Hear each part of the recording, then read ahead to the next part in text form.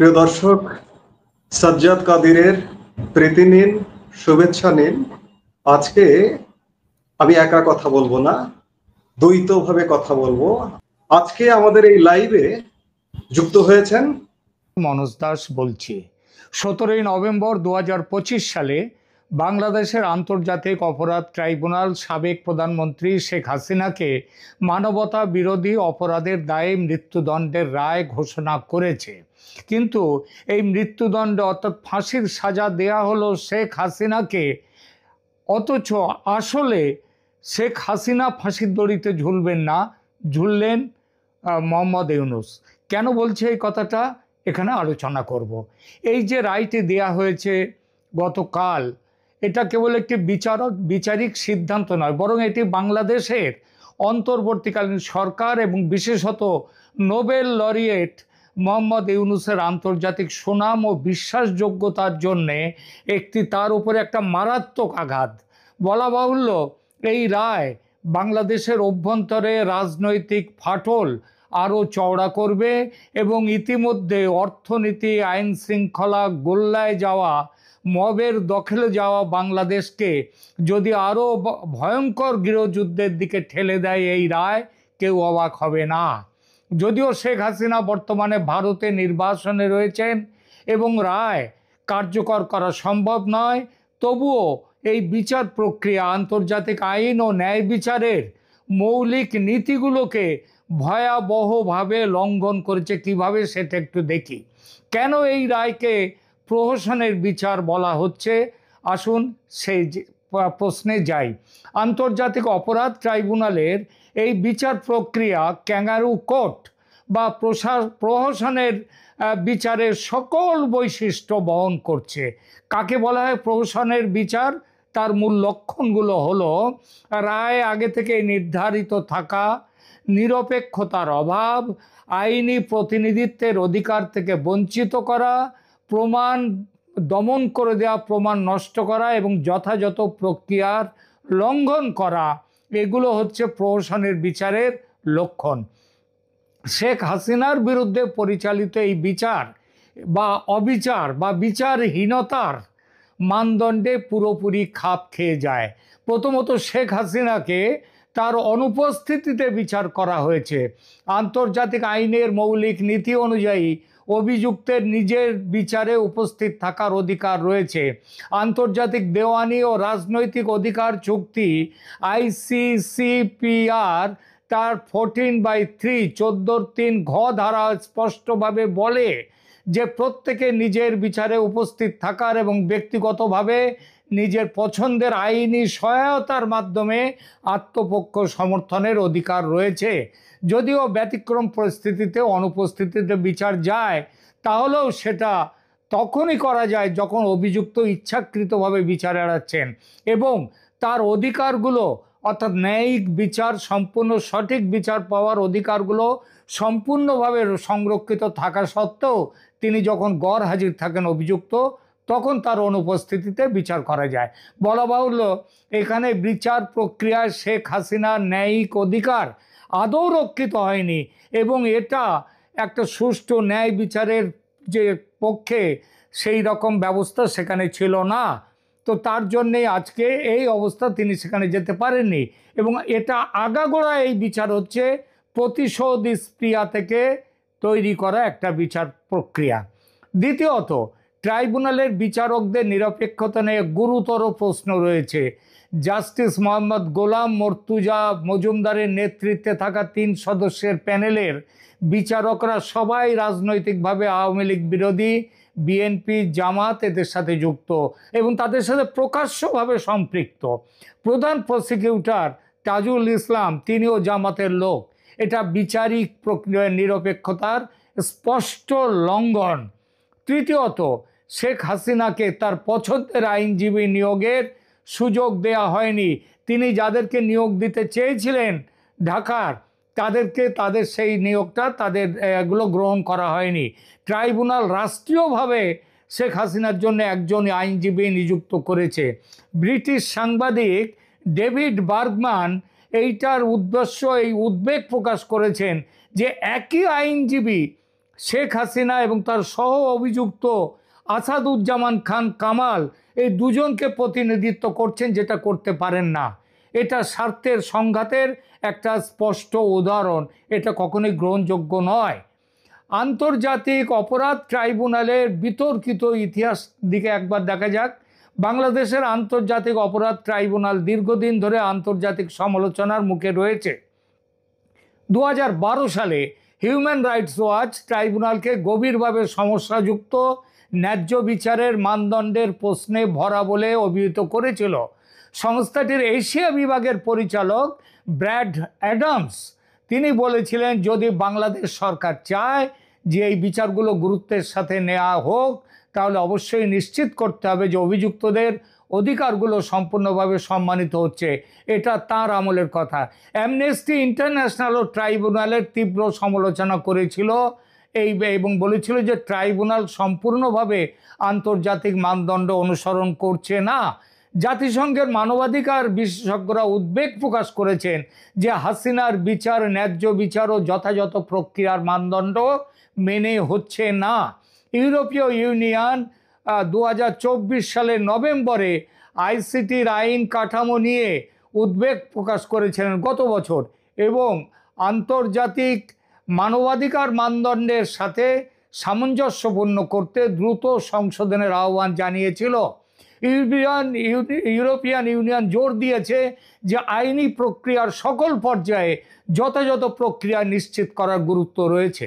সবচেয়ে বড় কথা, 71-এর যুদ্ধ অপরাধের বিচারে গঠিত ট্রাইব্যুনালের ক্ষমতা বাড়িয়ে যেভাবে জুলাই আন্দোলনকে যুক্ত করেছে এই অনির্বাচিত সরকার, যখন সংসদ নেই দেশে, এই অন্তর্বর্তী সরকারের এই ক্ষমতা নেই, এই প্রক্রিয়াটি পুরো আইন বিরুদ্ধ। আন্তর্জাতিক ফৌজদারি আইনে অনুপস্থিতিতে বিচার নিরুৎসাহিত করা হয়। আন্তর্জাতিক ফৌজদারি আদালতের রোম সংবিধি স্পষ্টভাবে বলেছে যে অভিযুক্তকে বিচারের সময় উপস্থিত থাকতে হবে, তার সমস্ত রকমের ন্যায় বিচারের প্রক্রিয়া তার জন্য খোলা রাখতে হবে।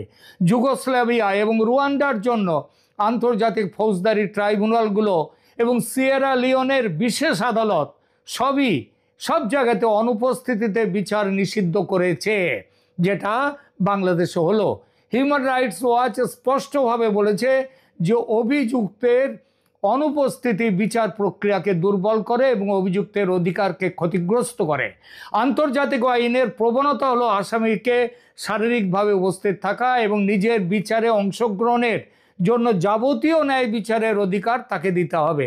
শেখ হাসিনার ক্ষেত্রে বলা হচ্ছে যে তিনি একটি সঠিক ট্রাইব্যুনালে তার অভিযোগকারীদের মুখোমুখি হতে ভয় পান না। শেখ হাসিনা নিজে বলেছেন, তিনি বলেছেন যেখানে প্রমাণ ন্যায্যভাবে পরীক্ষা করা যায়। তিনি অন্তর্বর্তী সরকারকে চ্যালেঞ্জ করেছেন হেগের আন্তর্জাতিক ফৌজদারি আদালতে এই অভিযোগগুলো নিয়ে যেতে। সেখানে তিনি নিজে উপস্থিত থাকবেন এবং তার এই কথা প্রমাণ করে যে তিনি বিচার এড়াচ্ছেন না, বরং একটি ন্যায্য নিরপেক্ষ বিচার চাইছেন, যেটা বাংলাদেশের ওই আন্তর্জাতিক ক্রাইম ট্রাইব্যুনালে হওয়া সম্ভব নয়। এবার আসি প্রতিশোধমূলক বিচার, এই কথাটা কেন বলা হচ্ছে? কারণ ন্যায় বিচার নয়, এই বিষয়টিতে, এই বিচারে এই রায়ের সময় এবং পরিস্থিতি স্পষ্টভাবে ইঙ্গিত করে যে এটি ন্যায় বিচারের পরিবর্তে রাজনৈতিক প্রতিশোধের একটি হাতিয়ার। মোহাম্মদ ইউনূস নিজেই বলেছেন শেখ হাসিনাকে শাস্তি দেওয়ার এবং আওয়ামী লীগের কার্যক্রম নিষিদ্ধ করার প্রতিশ্রুতি দিয়েছিলেন। তিনি আওয়ামী লীগের কার্যক্রম নিষিদ্ধ করার প্রতিশ্রুতি দিয়েছিলেন। ফেব্রুয়ারি 2026-এর নির্বাচনে আওয়ামী লীগকে অংশগ্রহণের সুযোগ দেওয়া হবে না বলে ইউনূস ঘোষণা করেছেন। জাতিসংঘ মানবাধিকার কার্যালয়ের একটি প্রতিবেদনে বলা হয়েছে যে 2024 সালের জুলাই আগস্টের সহিংসতায় 1400 জন নিহত হতে পারে। এই মৃত্যুগুলো নিঃসন্দেহে দুঃখজনক এবং জবাবদিহিতা প্রয়োজন, কিন্তু জবাবদিহিতা অর্জনের জন্য আন্তর্জাতিক আইনের মৌলিক নীতিগুলোকে লঙ্ঘন করা কখনোই গ্রহণযোগ্য নয়, এটা জাতিসংঘ বলেছে। জাতিসংঘের একটি আবেদনে বলা হয়েছে যে আইসিটির সামনে বিচারগুলো রাজনৈতিক প্রতিশোধে ভরা পরিবেশে পরিচালিত হচ্ছে। আবার খেয়াল করুন, এটা জাতিসংঘ বলেছে, যে জাতিসংঘের কাছে একটি তাদের বক্তব্যে বলেছে যে এটা রাজনৈতিক প্রতিশোধে ভরা পরিবেশে পরিচালিত হচ্ছে একটি অনির্বাচিত অন্তর্বর্তীকালীন সরকারের অধীনে, যার নিজেরই কোনো গণতান্ত্রিক ম্যান্ডেট নেই। এটা শেখ হাসিনার ন্যায্য বিচারের অধিকার লঙ্ঘনের বিষয়ে গুরুতর উদ্বেগ উত্থাপন করে। ইউনূসের আন্তর্জাতিক ভাবমূর্তির ধ্বংস, এই যে তার মানে শেখ হাসিনার তো কোনো ক্ষতি করতে পারলেন না, তাকে ফাঁসিতেও তুলতে পারবেন না, কিন্তু ইউনূসের কি হলো সেটা বলি। মোহাম্মদ ইউনূস 2006 সালে ক্ষুদ্র ঋণে অগ্রণী কাজের জন্য নোবেল শান্তি পুরস্কার পেয়েছিলেন। তিনি দরিদ্রের ব্যাংকার হিসেবে আন্তর্জাতিকভাবে পরিচিত, কিন্তু অন্তর্বর্তীকালীন সরকারের প্রধান হিসেবে তার যা ভূমিকা তার সুনামকে শেষ করে দিয়েছে। ইউনূস সরকারের অধীনে বাংলাদেশ মানবাধিকার লঙ্ঘনের একের পর এক অভিযোগের মুখোমুখি হয়েছে। জেনেভায় জাতিসংঘে মানবাধিকার কাউন্সিলের 60তম অধিবেশনে মানবাধিকার কর্মী এবং দক্ষিণ এশিয়া ও ইউরোপের বিশেষজ্ঞ তারা প্রধান উপদেষ্টা মোহাম্মদ ইউনূসের অন্তর্বর্তীকালীন শাসনে ব্যাপক মানবাধিকার লঙ্ঘনের বিষয়ে গুরুতর উদ্বেগ প্রকাশ করেছেন। ইউরোপীয় পার্লামেন্টের সাবেক সদস্য এবং সাউথ এশিয়ার ডেমোক্রেটিক ফোরামের নির্বাহী পরিচালক পাওলো কাসাকা এই পরিস্থিতিকে মানবিক সংকট বলে বর্ণনা করেছেন, যেটা এখন বাংলাদেশে হচ্ছে। তিনি অভিযোগ করেছেন যে অন্তর্বর্তীকালীন সরকার গণতান্ত্রিক শক্তিগুলোকে নির্মূল করার প্রচেষ্টায় 50,000-এরও বেশি মিথ্যা মামলা তৈরি করেছে। তিনি বলেছেন বাংলাদেশে এটা সবচেয়ে খারাপ দুঃসময়, খারাপ দুঃস্বপ্ন। এমন পরিস্থিতিতে সমস্ত নির্বাচন এই সরকার একটা মারাত্মক প্রতারণা করছে, এই বিচার সেই প্রতারণার একটি অংশ। প্রফেসর CR আবরার জানিয়েছেন যে ইউনূস সরকার ক্ষমতায় আসার পর থেকে কমপক্ষে 213 জন আওয়ামী লীগ নেতা ও কর্মীকে হত্যা করা হয়েছে, জেলখানার ভেতরে হত্যা করা হয়েছে, এমনকি নিহত মন্ত্রীকে হাতে বেড়ি পরিয়ে তার মৃতদেহকে ছেড়ে দেওয়া হয়েছে, তখনও তার হাতে হাত করা আছে। এবং 1971 সালের মুক্তিযুদ্ধের সাথে সম্পর্কিত ঐতিহাসিক স্থানগুলো ধ্বংস করা হয়েছে।